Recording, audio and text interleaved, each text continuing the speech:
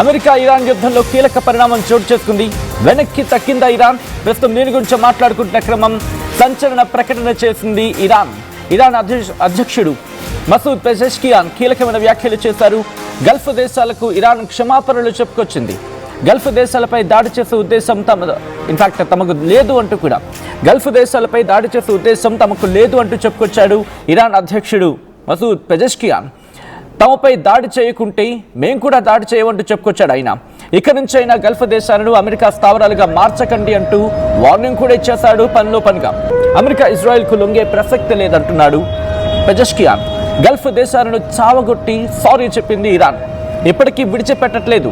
ఇంకా యుద్ధం ఆగిపోలేదు. ఇంకా యుద్ధం కంటిన్యూ కాబోతోందా?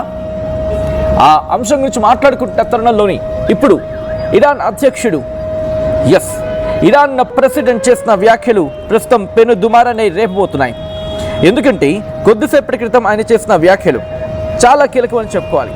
మసూద్ పెజెష్కియాన్ చేసిన వ్యాఖ్యలు ఎంతవరకు Iran supreme leader Ayatollah Ali ఖమేనీకి సంబంధించిన స్టేట్మెంట్ ఎంత వెయిట్ ఉండేదో ఇప్పుడు మసూద్ పెజెష్కియాన్ కావచ్చు, లేకపోతే ఆ కౌన్సిల్ గురించి మాట్లాడుకుంటే, ఎందుకంటే వాళ్ళ సుప్రీంకి సంబంధించి అంటే వాళ్ళ సుప్రీం కోర్టు ఉంటుంది కదా, అక్కడ న్యాయమూర్తి ఉంటారు కదా, సుప్రీం న్యాయమూర్తి. సో వాళ్ళు చెప్పింది